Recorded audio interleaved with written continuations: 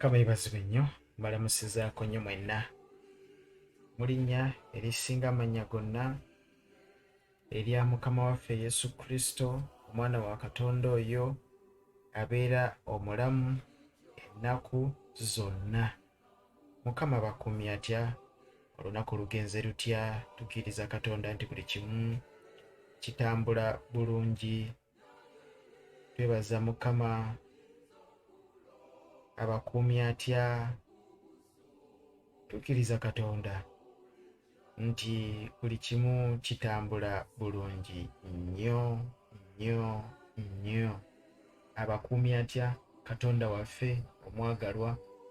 Abali ewala, abali mu mawanga ag'enjawulo, batumiddeko nnyo mwenna. Naalitumidde omu ku omu, naye nnyinza obutabamalaayo ne ndeeta obuzibu. N'olwekyo njagala kubategeeza nti mbaagala nnyo mwenna mu linnya lya Yesu Kristo, omwana wa Katonda oyo abeerera ddala omulamu. Kitaffe omulungi omwagalwa, twagala okwebaza. Twagala okwebaza olw'akadde kano akalungi k'otugerekedde ssebo. Weebale olw'omusaayi ogwayika ku musaalaba. Weebale okutuwa ekisa ffe okuyimirira okuweereza eri abatukuvu bo. Kitange oli mulungi, oli mwagalwa. Basabidde abantu bano kola omulimu mu bo, bakyusibwe, basumululibwe mu linnya erisinga amannya gonna erya Mukama waffe Yesu, omwana wa Katonda oyo abeerera ddala omulamu. Kitange nkwebaza weegulumize abantu bano, omu, babiri, basatu, omu ku bo bw'ayambibwa n'asumululibwa, eggulu nno libeera lijjaganya, wabeerayo ekitiibwa ky'amaanyi. So nkwegayiridde baako gw'oyamba mu linnya lya Yesu nsabye, amen. Bikula Bayibuli yo. Tuli mu kitundu kyaffe ekyokusatu. Tugenda kuddako emabega katono nnyo, dakiika ng'emu yokka tweyongereyo, kubanga tulina ebintu bingi ebyokulaba by'okwogerako. Amiina.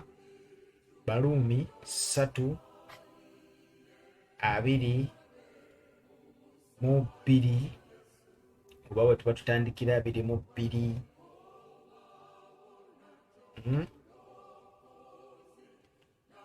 Baluumi 3, soma olunyiriri lwa 20, ojja kumalayo olunyiriri lwa 24.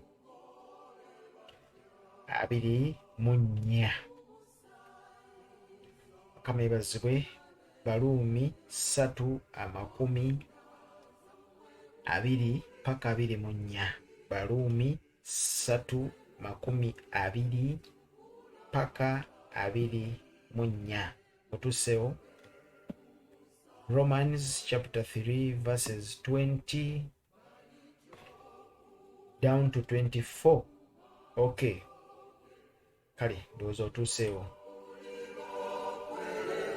Awandiika Mukama kuwe omukisa. Kusabidde empewo ey'obutuukirivu, okuwonya kwa Katonda kuyite mu bulamu bwo, gwe n'omulwadde, maanyi ag'Omwoyo Omutukuvu.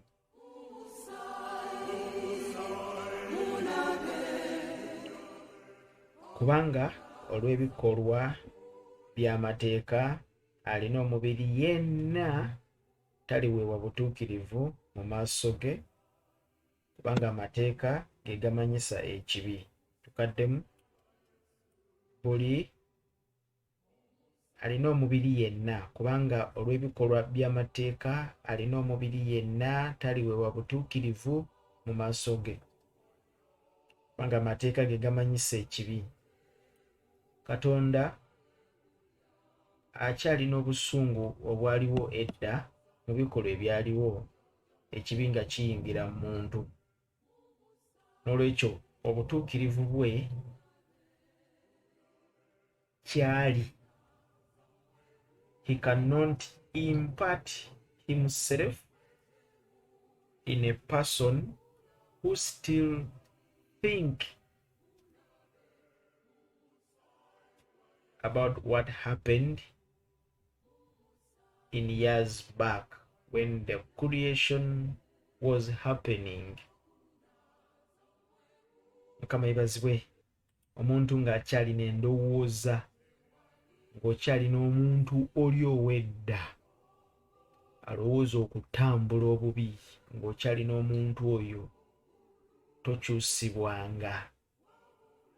Oli omuntu okyamulina edda, kati Katonda tasobola kutuula mu ggwe. Tekisoboka, kubanga obutuukirivu ye Katonda yennyini, ye mbala ye yennyini. Abalabye episode ey'okubiri, paati ey'okubiri, nabadde mbategeeza. Twasomye Befeso, yabadde Befeso 4:24. Ndowooza 2 waggulu awo paka ku 24.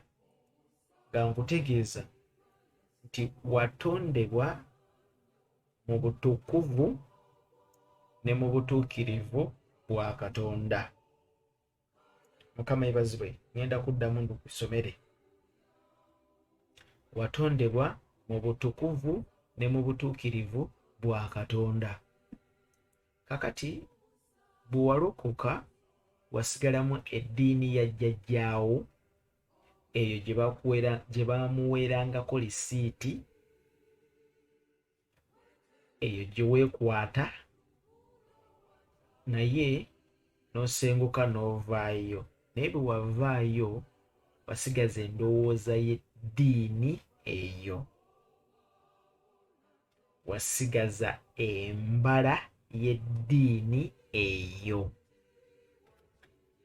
Ekireetera omuntu wo ow'omunda okuzika nga talina makulu gonna,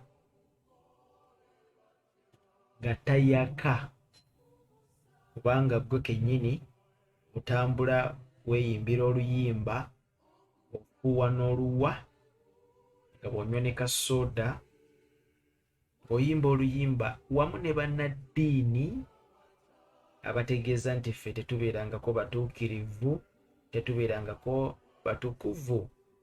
Kano olwo oluyimba mu kkanisa ya Kristo olwaleero lunene era mweruli nnyo mu kkanisa baluyimba. Mukama yebazibwe. Gwe basange 5 mu kwaya batudde, obabuuze, bantu bange mbabuuza nti muli batukuvu, muli batuukirivu oba nedda?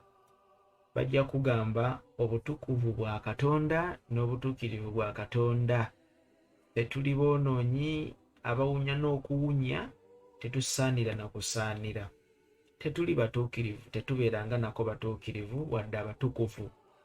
Abo nno b'obuuziza ebibuuzo ebyo ne bakuddamu ansa ezo, bakwaya y'egindi gye sigenda kwogera, era balokole b'egindi be sigenda kwogera, naye nga balokole baawala emmanga w'otegedde.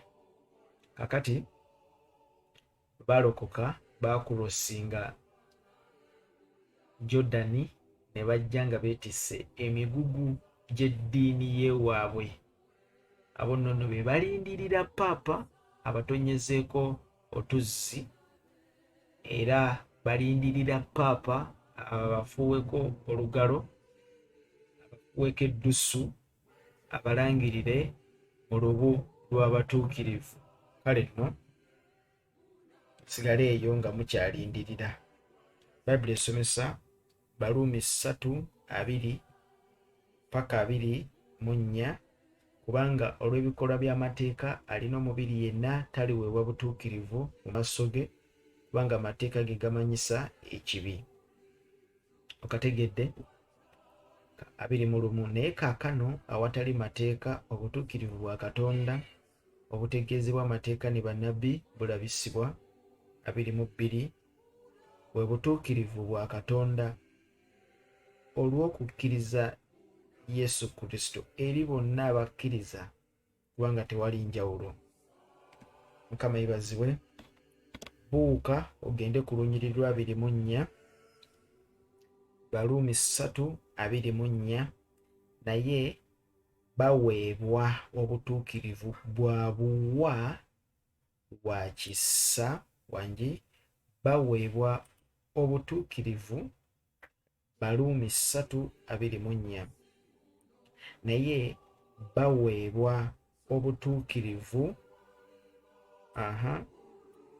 bwa buwa lwa kisa kye olw'okununula okuli mu Kristo Yesu. Kakati obutuukirivu ffe bwe tuweebwa buweebwa kisa kya Katonda olw'okununulibwa okuli mu Kristo. Kati Kristo kye yakola kwe kugenda ku musaalaba, ng'ekimutwala ku musaalaba gwe nange ofune ekirabo ekyo eky'obutuukirivu wangi ofune ekirabo ekyo eky'obutuukirivu eky'obuwa. Bakikuwa buwi, tokikolerera si bikolwa bya mubiri n'amateeka nti okifune. Nedda, kikuweebwa kubanga okkiriza Kristo. Kati kyekyo Ibulayimu kye yafuna olw'okukkiriza Katonda, y'ensigo ya Ibulayimu gye tutambuliramu olw'okukkiriza okwo. Kakati ekyo ky'oweebwa ng'omaze okulokoka kikuweebwa ng'omuntu wo ow'omunda addiziddwa buggya, kye tuyita newly born again. When you become born again, oweebwa ekirabo. Welcome to the family. Welcome back. Eggulu likwaniriza. Kakati mu kwaniriza okwo likuwa ekirabo ky'otagwanidde, naye okigwanira kubanga ekisa kya Katonda weekiri. Era ekisa ekyo ekiri mu Kristo kye kikuweesa ekirabo ekyo eky'obutuukirivu. Lwaki? Kubanga Katonda ayagala oddeyo eri mu lubereberye gye yakutondera. Nkujjukiza nti watondebwa mu butukuvu era watondebwa mu butuukirivu. Bikula nange Bayibuli yo. Befeso 4:24 tukomewo. Befeso 4:24 ojja soma paka 25.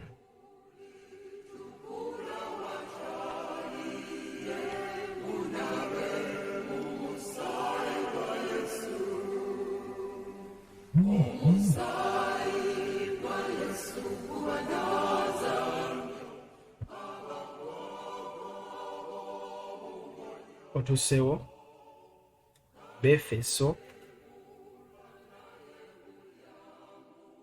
4:24 paka 25. Befeso 4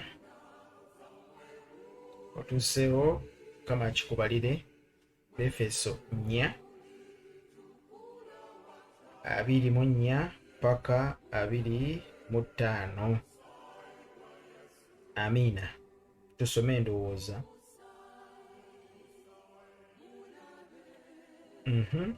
Nnyiriri zonna eziri waggulu ziwooma naye olw'obudde. Befeso 4:24 okwambala omuntu omuggya.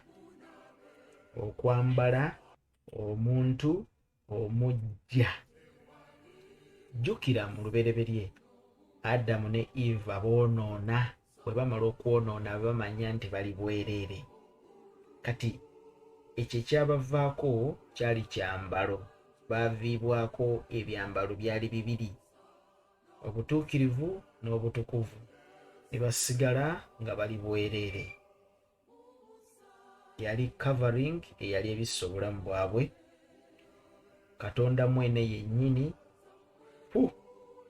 n'apuluka, gamba muno n'apuluka mu Befeso 4:24 paka 25 okwambala omuntu omujja eyatondebwa mu kifaananyi kya Katonda ne mu butuukirivu ne mu butukuvu obw'amazima.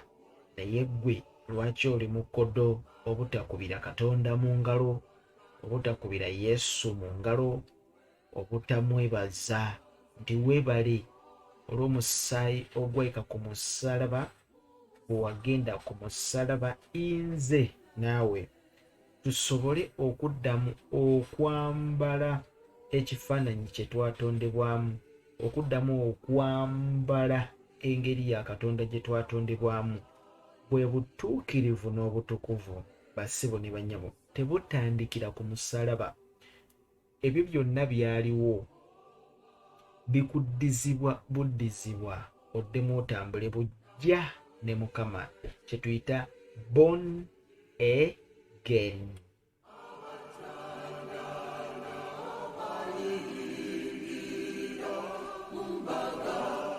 Kyova olaba nti obutuukirivu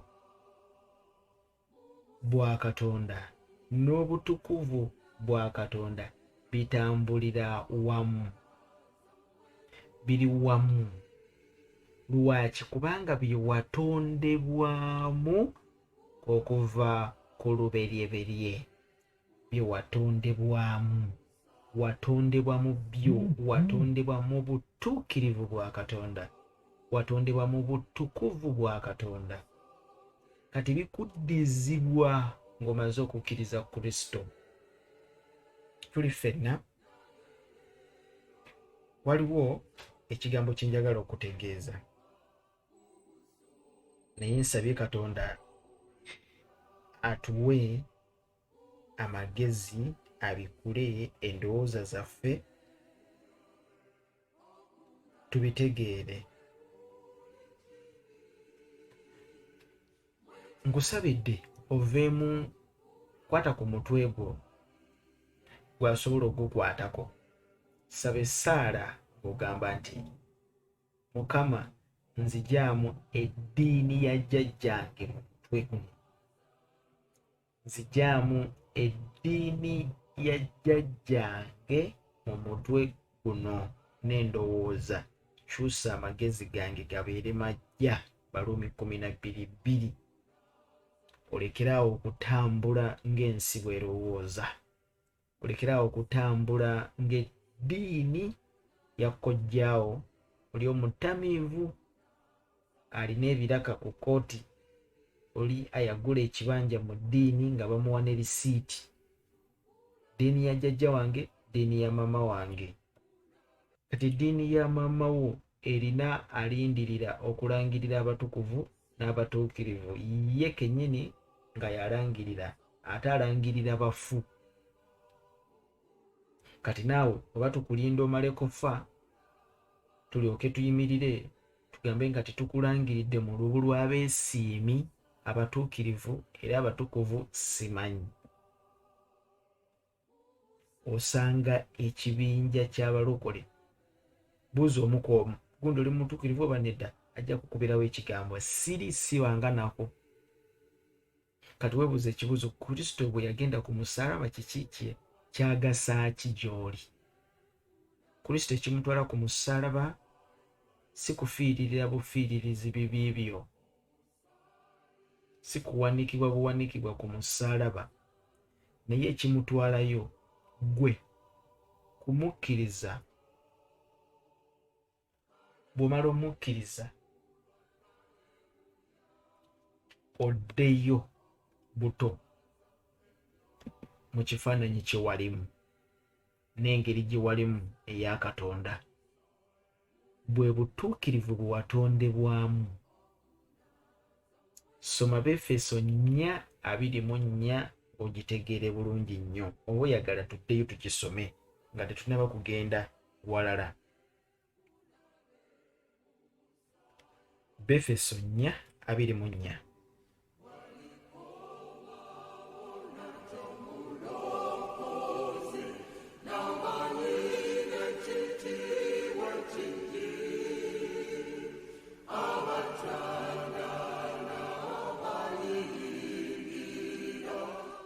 Befeso 4:4. Okwambala omuntu omujja eyatondebwa mu kifaananyi kya Katonda. Waliwo omuntu omujja gw'oyambala ne tugamba nti you are born again. Ozaaliddwa buggya, oyambadde omuntu omujja, omukadde agenze, laba ng'ofuuse mujja. Kati omuntu oyo omujja oyo ye yatondebwa mu kifaananyi kya Katonda mu butuukirivu ne mu butukuvu obw'amazima. Oyo yadda. Kakati n'otambula ng'oli mutukuvu, ng'oli mutuukirivu kubanga wakkiriza Yesu. Ne kakati ekizibu, otambula oyimba luyimba, otambula weesalira misango, otambula wenna okiisa ensingo, otambula ebintu tobitegeera, otambula weekubagiza, otambula wenna okiika nsingo, otambula okolimira nsi, obulokozi olaba olinganga wayingira mu geyeena, wenna bukuzitooweredde, wenna otambula totegeerekeka. Bakolinsi 2:5-17. Omuntu yenna bw'aba mu Kristo kyava abeera ekitonde ekijja, eby'edda nga biweddewo, laba nga bifuuse bijja. Kifaananyi nnyiriri zino bwe mubanga muzisoma, temusoma busomi kunyumirwa, naye muzikoleko sitadde. Kifaananyi omuntu omujja ono, ekitonde ekijja, butuukirivu na butukuvu bwa Katonda bwe watondebwamu. Butukuvu na butuukirivu bwa Katonda bwe watondebwamu. Kakati gwe bw'omala ng'ovaayo, otambula weekubagiza, otambula weenyiga emitima, otambula okolima, enviiri ne zisiiwuuka, emimwa ne gikala, n'osaba essaala, ne weenenya n'ebitaliiyo, ne weenenya. Waliwo essaala ze mpulira ne ngamba sijja kuzikomentingako kubanga abooluganda abamu oyinza okwogera ekigambo ng'owooluganda tannaba kukula nnyo, kati n'okimugamba ne kireeta obuzibu. Wala oliddeko essaala, soke tukomaawo tujja kudda.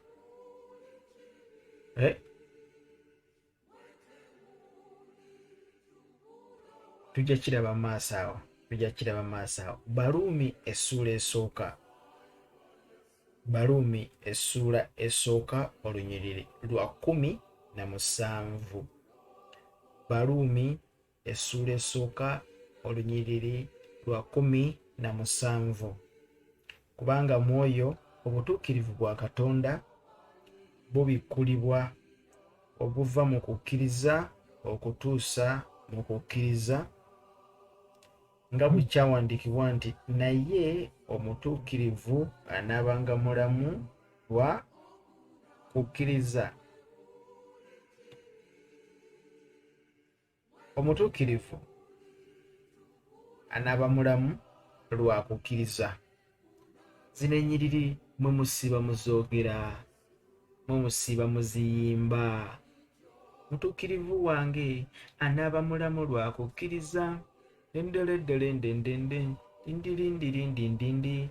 Mutuukirivu wange anaaba mulamu lwa kukkiriza. Ndondolondolondende. Zabbuli bw'eti egamba obwana bw'empologoma olaba bubulwa ekyokulya, naye omutuukirivu wange tabulwenga kyakulya. Dendelendolendenden lindirindilindindi n'okuba akayimba mu kwaya n'osoma olunyiriri n'olubuuliramu n'enjiri. Omutuukirivu wange anaaba mulamu lwakukkiriza, n'osimba omutwe n'otukalakata enjiri, n'onoonya obucupa bw'amazzi obumalamu benzooli bokisi n'ekalira, ne bakwongera ne juyisi naye n'akalira. Osimbye omutwe, omutuukirivu aba mulamu lwakukkiriza. Kati bw'osimba omutwe n'oyogera birala. Kati bw'omaliriza ate ne tukubuuza oli mutuukirivu oba toli mutuukirivu? Wayiseewo n'essaawa 2 ovudde ku kituuti.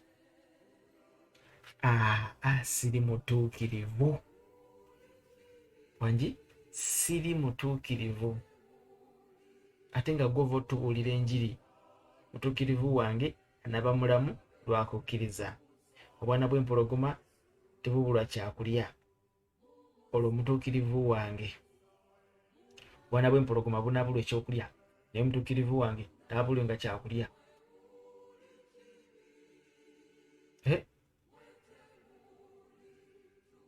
Kakati bw'omaliriza ennyiriri ezo n'otukiikira ensingo.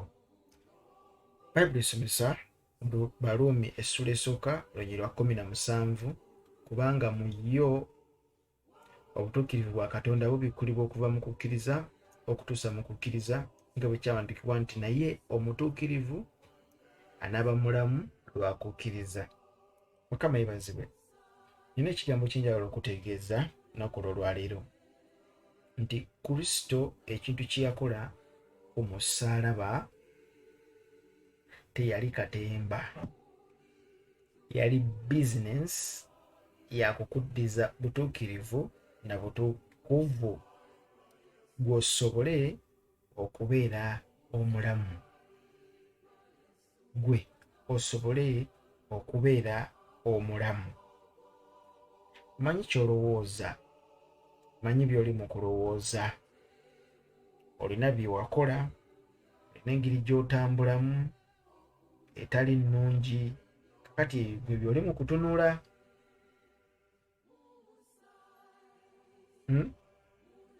by'oli mu kutunulira olwaleero, era by'oli mu kwekomerera emisumaali to.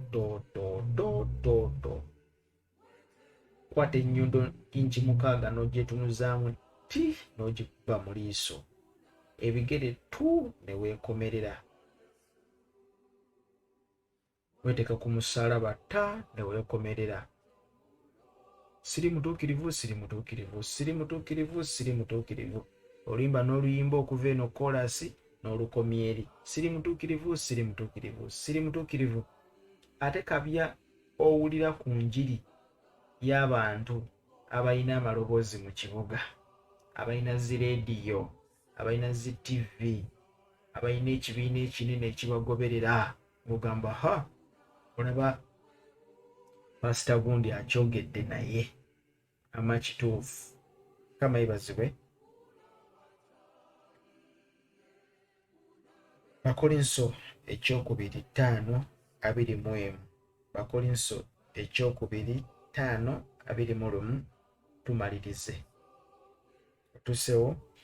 Bakolinso ekyokubiri 5:21. Oyinza n'okusoma olwa 20, tekina buzibu. Nyiriri ziri 2 zokka. Bakolinso ekyokubiri 5:20 paka 21. Tewali buzibu. Otuukawo ngamba.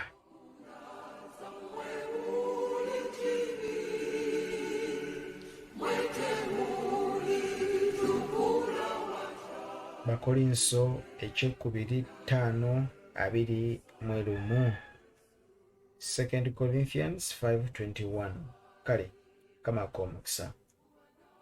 Kyetuva tubeera ababaka mu kifo kya Kristo.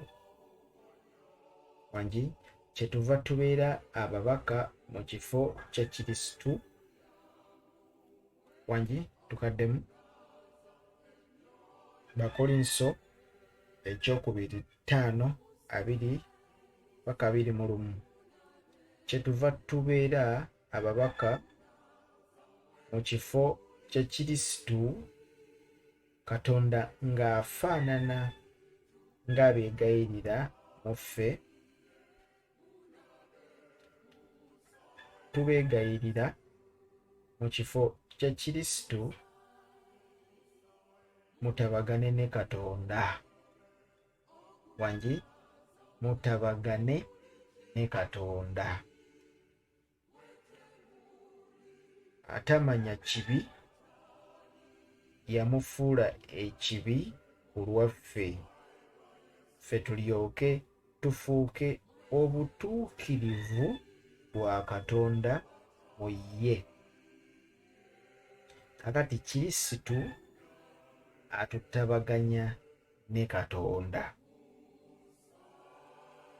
Tutabagana ne Katonda. Okutabagana wabeerawo okwawukana. Kati okwawukana okwo bwe tuddiŋŋana tuba tutabaganye ne twegwako ne mu kifuba. Kakati ekibi kyatwawula ne Katonda. Ekibi ne kitwambula obutuukirivu n'obutukuvu bwa Katonda. Befeso 4:24.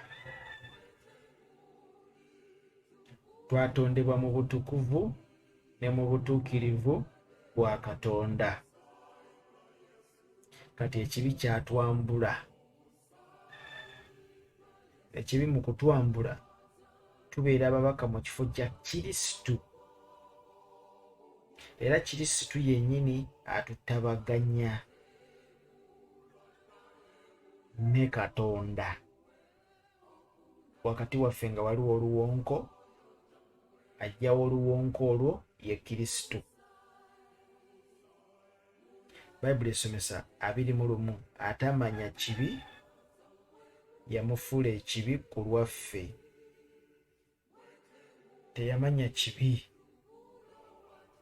Being it, nti ekibi kyekyajjawo ekifaananyi ekyo, kyekyajjawo obutuukirivu n'obutuukirivu obwo. N'olwekyo kyali kirina kutwala kibi Kristo ku musaalaba kyeyambale ye, akyetikke, asasule omuwendo, omutango omunene, musaayi guyiike, bamukube, ffe tulyoke tufuuke obutuukirivu bwa Katonda mu ye. Bayibuli yo bwe baterina lunyiriri luno lwensoma, Befeso wendi mu kusoma Bakolinso ekyokubiri 5:21. Bakolinso ekyokubiri 5:21. Olunyiriri luno lwensoma bw'oba tolulina mu Bayibuli yo ojja kufuuka nga gundi ew'emmanga wali. Nja kugamba nti Bayibuli gy'okutte gitundemu amandaazi. Amiina. Naye nga nzikiriza nti byensoma bwe biri awo.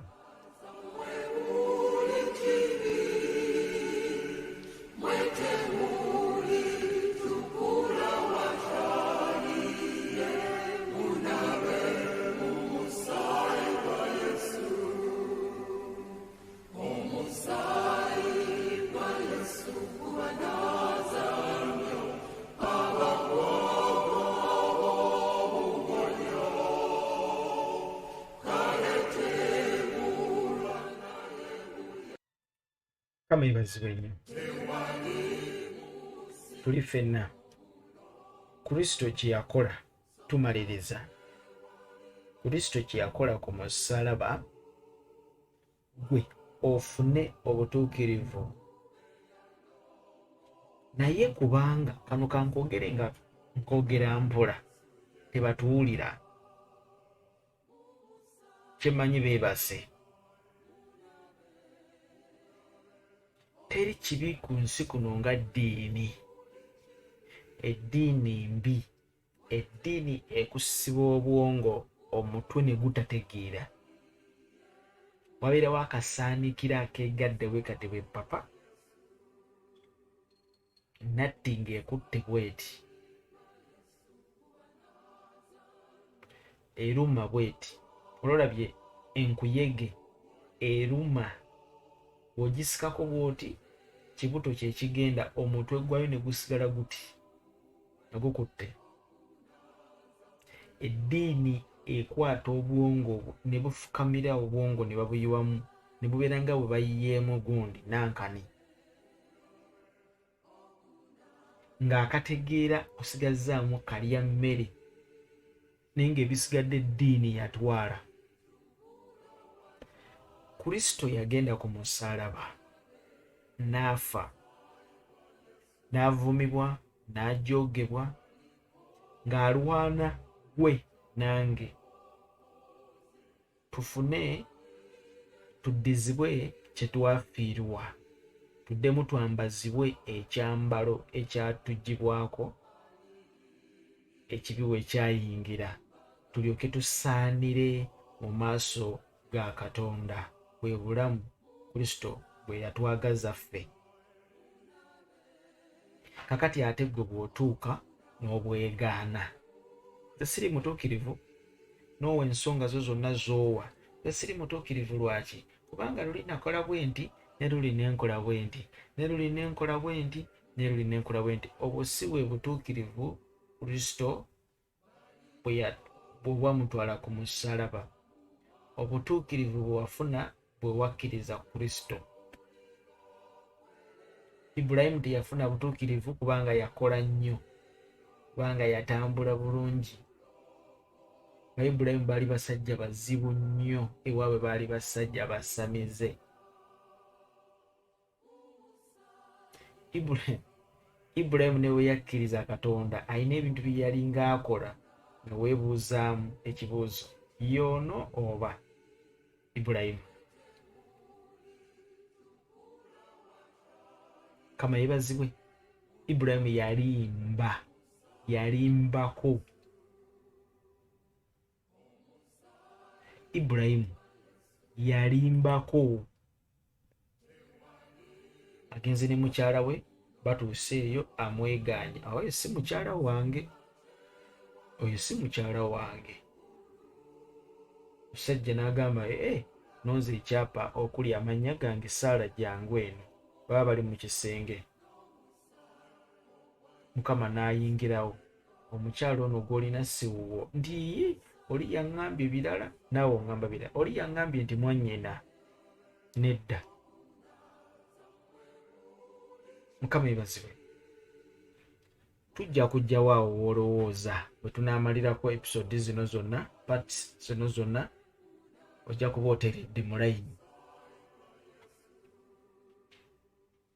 Petero ekisooka 2:24, tusome luno lwokka tugende.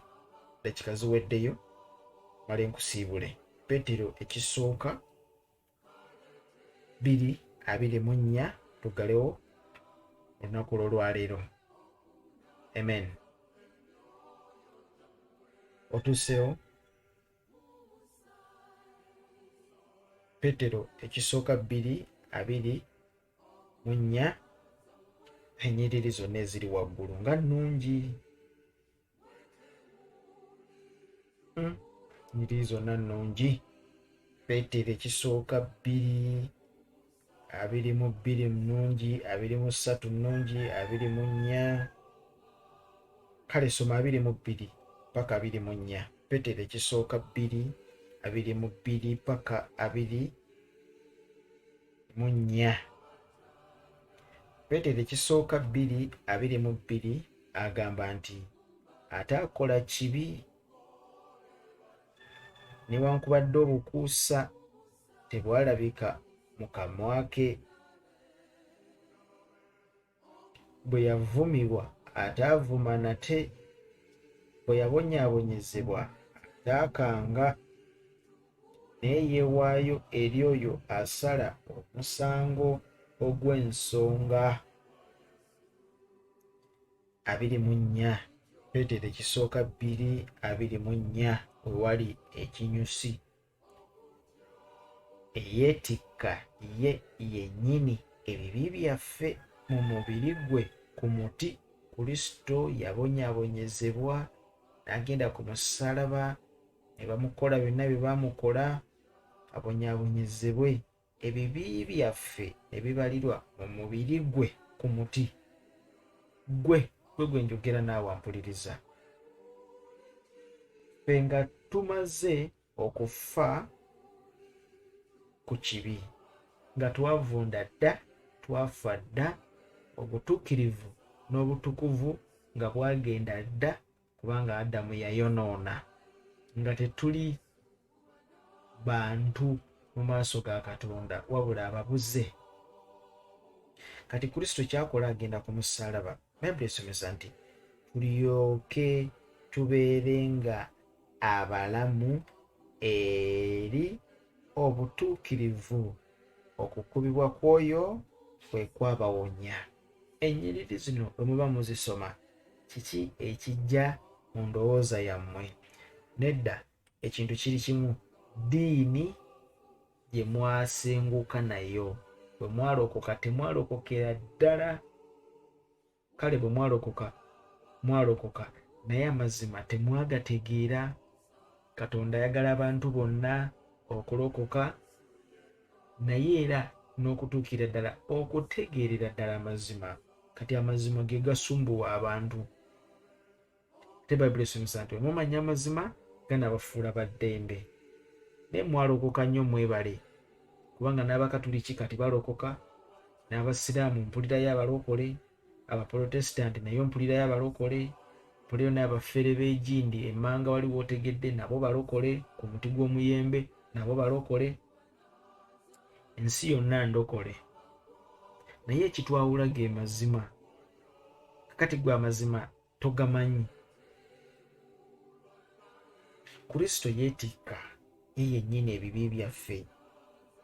Petero ekisooka 2:24 ye yennyini yeetikka ebibi byaffe mu mubiri gwe ku muti, ffe nga tumaze okufa ku kibi.